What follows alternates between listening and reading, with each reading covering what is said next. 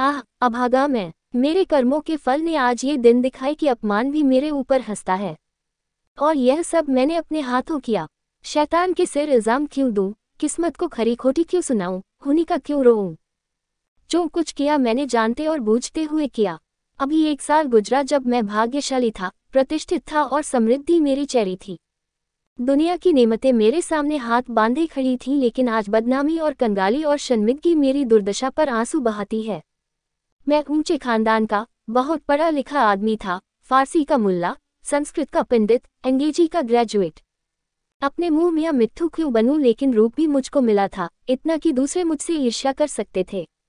दरा एक इंसान को खुशी के साथ जिंदगी बसर करने के लिए जितनी अच्छी चीजों की जरूरत हो सकती है वह सब मुझे हासिल थी। सेहत का ये हाल कि मुझे कभी सरदर्द की भी शिकायत नहीं हुई। फिटन की सैर, दरिया की दिलफ्रेबियां, पहाड़ के सुंदर दृश्य, उन खुशियों का जिक्र ही तकलीफदेह है। क्या मजे की जिंदगी थी। आह, यहाँ तक तो अपना दर्द दिल सुना सकता हूँ, लेकिन इसके आगे फिर होठों पर खामोशी की मुहर लगी हुई है। एक सती साध्वी, प्रतिप्राना स्त्री और 2 गुलाब के फूल से बच्चे इंसान के लिए जिन खुशियों, आरजुओं, हौसलों और दिलफरबियों का खजाना हो सकते हैं वह सब मुझे प्राप्त था। मैं इस योग्य नहीं कि उस पतित स्त्री का नाम जबान पर लाऊं। मैं इस योग्य नहीं कि अपने को उन लड़कों का बाप कह सकूं। मगर नसीब का कुछ ऐसा खेल था कि मैंने उन बेहिश्ती नेमतों की कद्र न की।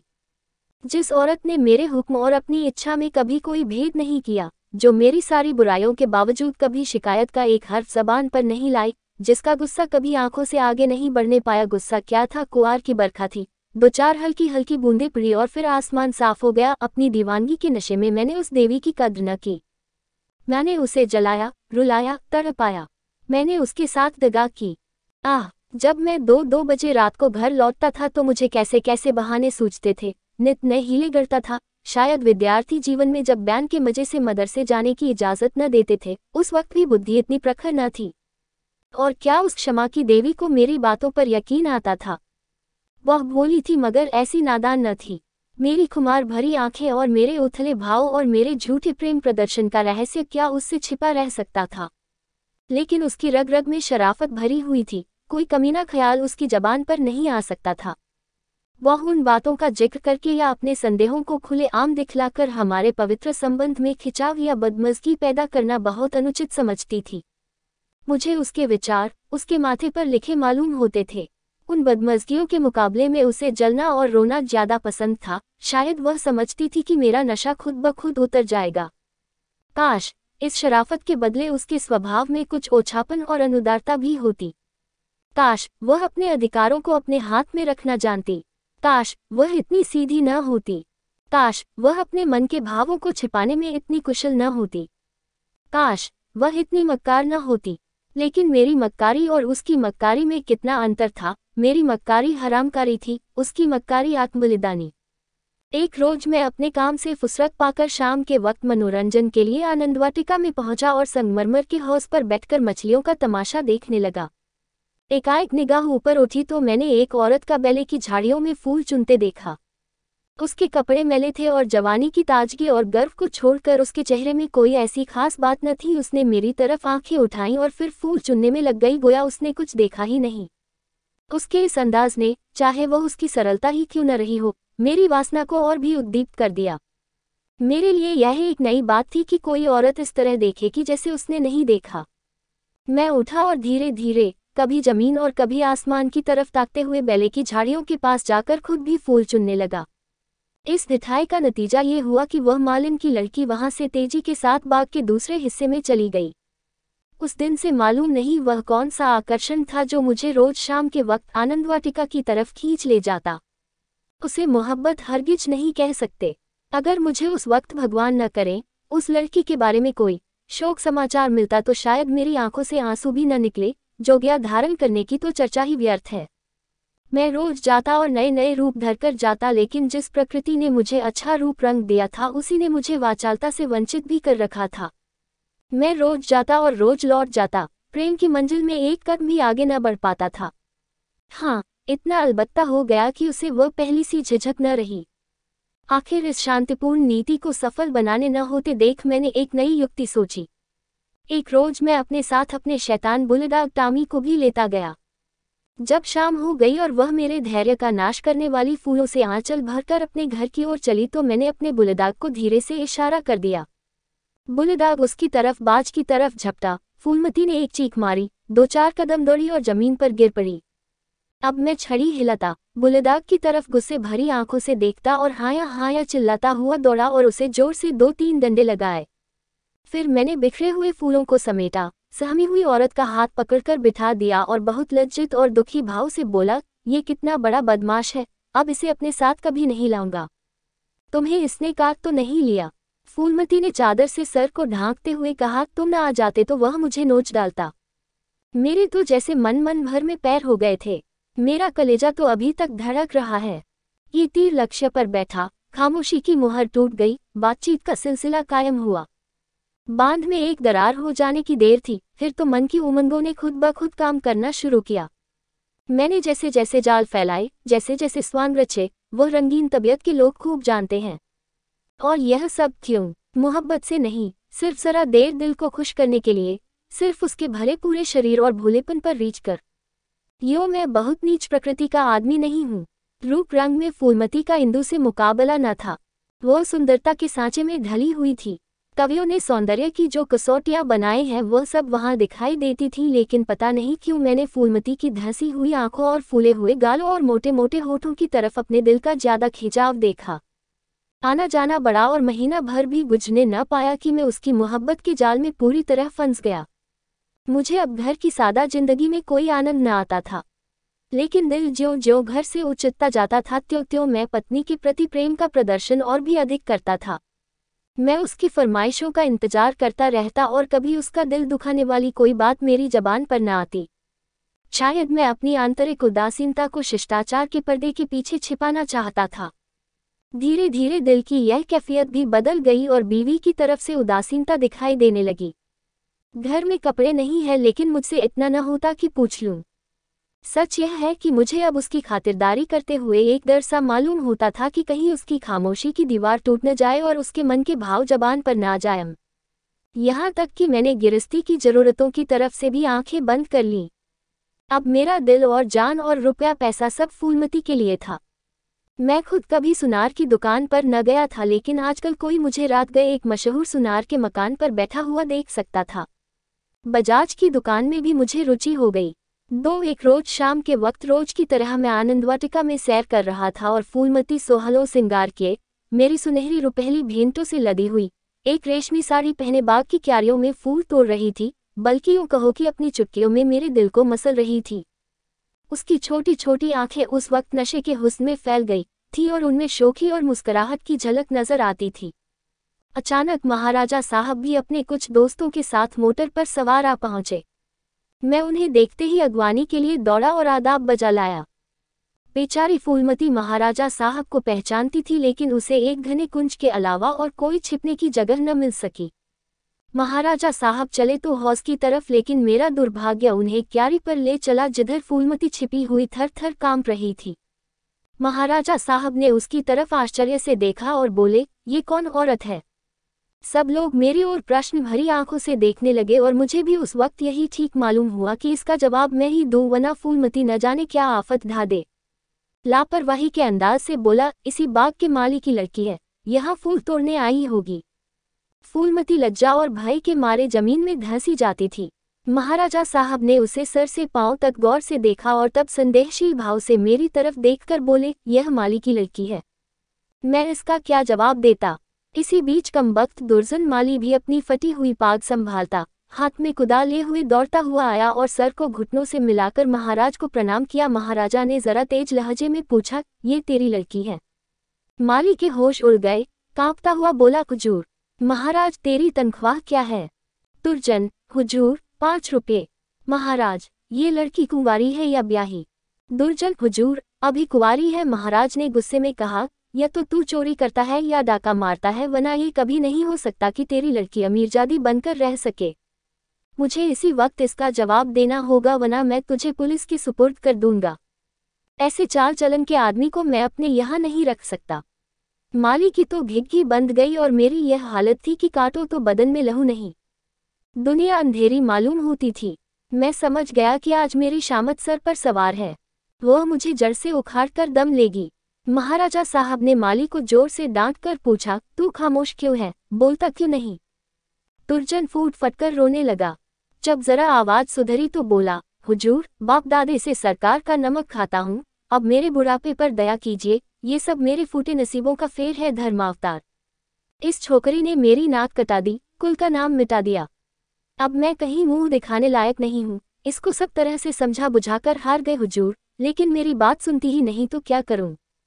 हुजूर माए बाप हैं, आपसे क्या पर्दा करूँ? उसे अब अमीरों के साथ रहना अच्छा लगता है और आजकल के रईसों और अमीरों को क्या कहूँ, दीनबंधु सब जानते हैं।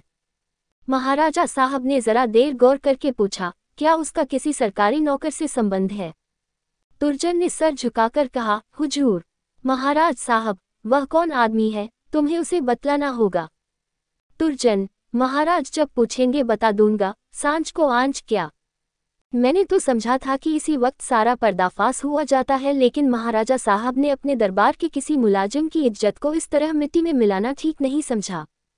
वे वहां से टहलते हुए मोटर पर बैठकर महल की तरफ चले। इस मनहूस वाक्य के एक हफ्ते बाद एक रोज मैं दरबार से लौटा तो मुझे अपने घर में से एक बूढ़ी औरत बाहर निकलती हुई दिखाई दी। उसे देखकर मैं ठिठका। उसे चेहरे पर बनावटी भोलापन था जो कुटनियों के चेहरे की खास बात है। मैंने उसे डांटकर पूछा, तू कौन है, यहाँ क्यों आई है?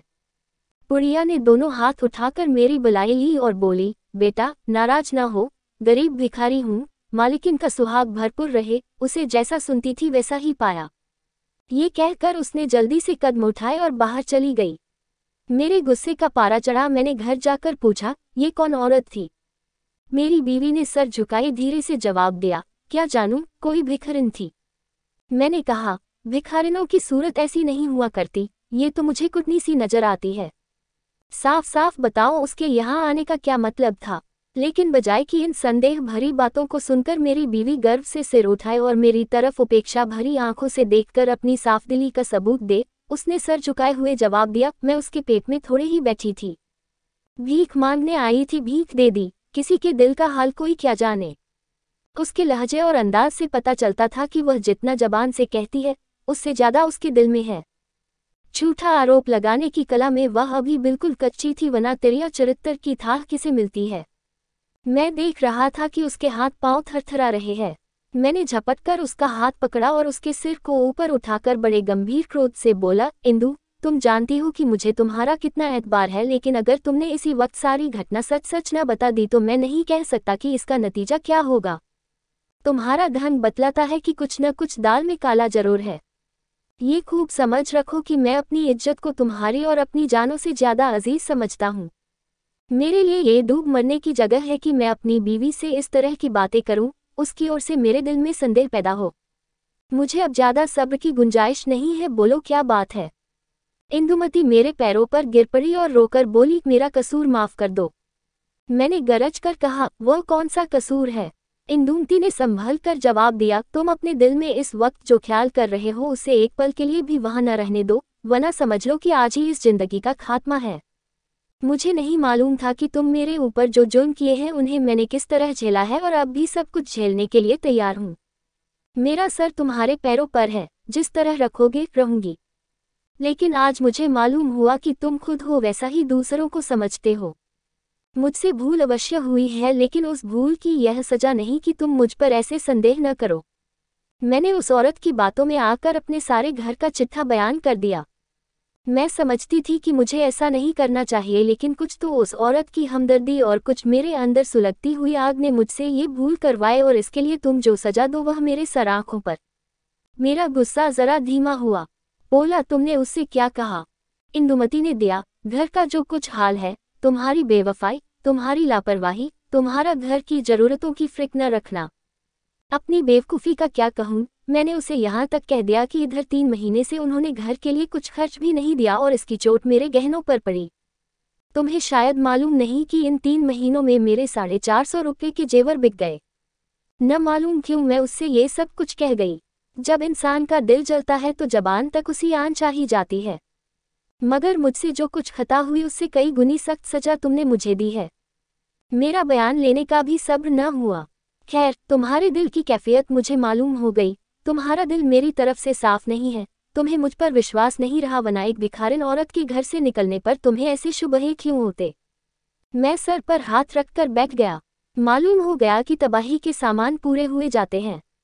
दूसरे दिन मैं ज्यों ही दफ्तर में पहुंचा, चौबदार ने आकर कहा, महाराज साहब ने आपको याद किया है। मैं तो अपनी किस्मत का फैसला पहले से ही किए बैठा था। मैं खूब समझ गया था कि वह बुढ़िया खुफिया पुलिस की कोई मुखबिर है जो मेरे घरेलू मामलों की जांच के लिए तैनात हुई होगी। कल उसकी रिपोर्ट आई होगी और आज मेरी तलबी है। खौफ से सहमा हुआ, लेकिन दिल को किसी तरह संभाले हुए कि जो कुछ सर पर पड़ेंगी देखा जाएगा, अभी से क्यों जान दूं। मैं महाराजा की खिदमत में पहुंचा। वो इस वक्त अपने पूजा के कमरे में अकेले बैठे हुए थे। काजों का एक ढेर इधर उधर फैला हुआ था और वह खुद किसी ख्याल में डूबे हुए थे। मुझे देखते ही वह मेरी तरफ मुखातिब हुए। उनके चेहरे पर नाराजगी के लक्षण दिखाई दिए। बोले, कुन श्याम सिंह, मुझे बहुत अफसोस है कि तुम्हारी बाबत मुझे जो बातें मालूम हुई वह मुझे इस बात के लिए मजबूर करती हैं कि तुम्हारे साथ सख्ती का बर्ताव किया जाए। तुम मेरे पुराने वसीकादार हो और तुम्हें ये गौरव कई पीढ़ियों से प्राप्त है। तुम्हारे बुजुर्गों ने हमारे खानदान की जान लगाकर सेवाएं की हैं और उन्हीं के सिले में यह वसीका दिया गया था, लेकिन तुमने अपनी हरकतों से अपने को इस कृपा के योग्य नहीं रखा। तुम्हें इसलिए वसीका मिलता था कि तुम अपने खानदान की परवरिश करो, अपने लड़कों को इस योग्य बनाओ कि वह राज्य की कुछ खिदमत कर सके, उन्हें शारीरिक और नैतिक शिक्षा दो ताकि तुम्हारी जात से रियासत की भलाई हो, न कि इसलिए कि तुम इस रुपये को बेहुदा ऐशपस्ती और हरामकारी में खर्च करो। मुझे इस बात से बहुत तकलीफ होती है कि तुमने अब अपने बाल बच्चों की परवरिश की जिम्मेदारी से भी अपने को मुक्त समझ लिया है। अगर तुम्हारा यही ढंग रहा तो यकीनन वसीकादारों का एक पुराना खानदान मिट जाएगा। इसलिए आज से हमने तुम्हारा नाम वसीकादारों की फेहरिस्त से खारिज कर दिया और तुम्हारी जगह तुम्हारी बीवी का नाम दर्ज किया गया। वह अपने लड़कों को पालने पोसने की जिम्मेदार है। तुम्हारा नाम रियासत के मौलियों की फेहरिस्त में लिया जाएगा। तुमने अपने को इसी के योग्य सिद्ध किया है और मुझे उम्मीद है कि यह तबादला तुम्हें नागवार न होगा। बस जाओ और मुमकिन हो तो अपने किए पर पछताओ। 5 मुझे कुछ कहने का साहस न हुआ। मैंने बहुत धैर्यपूर्वक अपने किस्मत का ये फैसला सुना और घर की तरफ चला। लेकिन 2 ही 4 कदम चला था कि अचानक खचाल आया, किसके घर जा रहे हो? तुम्हारा घर अब कहाँ है? मैं उल्टे कदम लौटा। जिस घर का मैं राजा था वहां दूसरों का आश्रित बनकर मुझसे नहीं रहा जाएगा, और रहा भी जाए तो मुझे रहना चाहिए। मेरा आचरण निश्चय ही अनुचित था, लेकिन मेरी नैतिक संवेदना अभी इतनी थोथी न हुई थी। मैंने पक्का इरादा कर लिया कि इसी वक्त इस शहर से भाग जाना मुनासिब है, वरना बात फैलते ही हमदर्दों और बुरा चेतने वालों का एक जमघट हालचाल पूछने के लिए आ जाएगा। दूसरों की सूखी हमदर्दियां सुननी पड़ेंगी जिनके पर्दे में खुशी झलकती होगी। सिर्फ एक बार मुझे फूलमती का ख्याल आया। उसके कारण ये सब दुर्गत हो रही है, उससे तो मिल ही लूं। मगर दिल ने रोका। क्या एक वैभवशाली आदमी की जो इज्जत होती थी वह अब मुझे हासिल हो सकती है? हरगिज नहीं। रूप की मंडी में वफा और मोहब्बत के मुकाबले में रुपया पैसा ज्यादा कीमती चीज है। मुमकिन है इस वक्त मुझ पर तरस खाकर या क्षणिक आवेश में आकर फूलमती मेरे साथ चलने पर आमादा हो जाए, लेकिन उसे लेकर कहाँ जाऊंगा? पाँवों में बेड़ियां डालकर चलना तो और भी मुश्किल है। इस तरह सोच विचार कर मैंने बम्बई की राह ली और अब 2 साल से एक मिल में नौकर हूँ। तनख्वाह सिर्फ इतनी है कि ज्यों त्यों जिंदगी का सिलसिला चलता रहे, लेकिन ईश्वर को धन्यवाद देता हूँ और इसी को यथेष्ट समझता हूँ। मैं एक बार गुप्त रूप से अपने घर गया था। फूलमती ने एक दूसरे रईस से रूप का सौदा कर लिया है, लेकिन मेरी पत्नी ने अपने प्रबंध कौशल से घर की हालत खूब संभाल ली है। मैंने अपने मकान को रात के समय लालसा भरी आंखों से देखा। दरवाजे पर 2 लालटेनें जल रही थीं और बच्चे इधर उधर खेल रहे थे। हर सफाई और सुथरापन दिखाई देता था। मुझे कुछ अखबारों के देखने से मालूम हुआ कि महीनों तक मेरे पते निशान के बारे में अखबारों में इश्तहार छपते रहे, लेकिन अब ये सूरत लेकर मैं वहां क्या जाऊंगा और यह कालिक लगा मुंह किसको दिखाऊंगा? अब तो मुझे इसी गिरी पड़ी हालत में जिंदगी के दिन काटने हैं, चाहे रोकर काटूं या हंसकर। मैं अपनी हरकतों पर अब बहुत शर्मिंदा हूँ। अफसोस मैंने उन नेमतों की कद्र न की, उन्हें लात से ठोकर मारी। यह उसी की सजा है कि आज मुझे ये दिन देखना पड़ रहा है। मैं वह परवाना हूँ जिसकी खाक भी हवा के झोंकों से नहीं बची।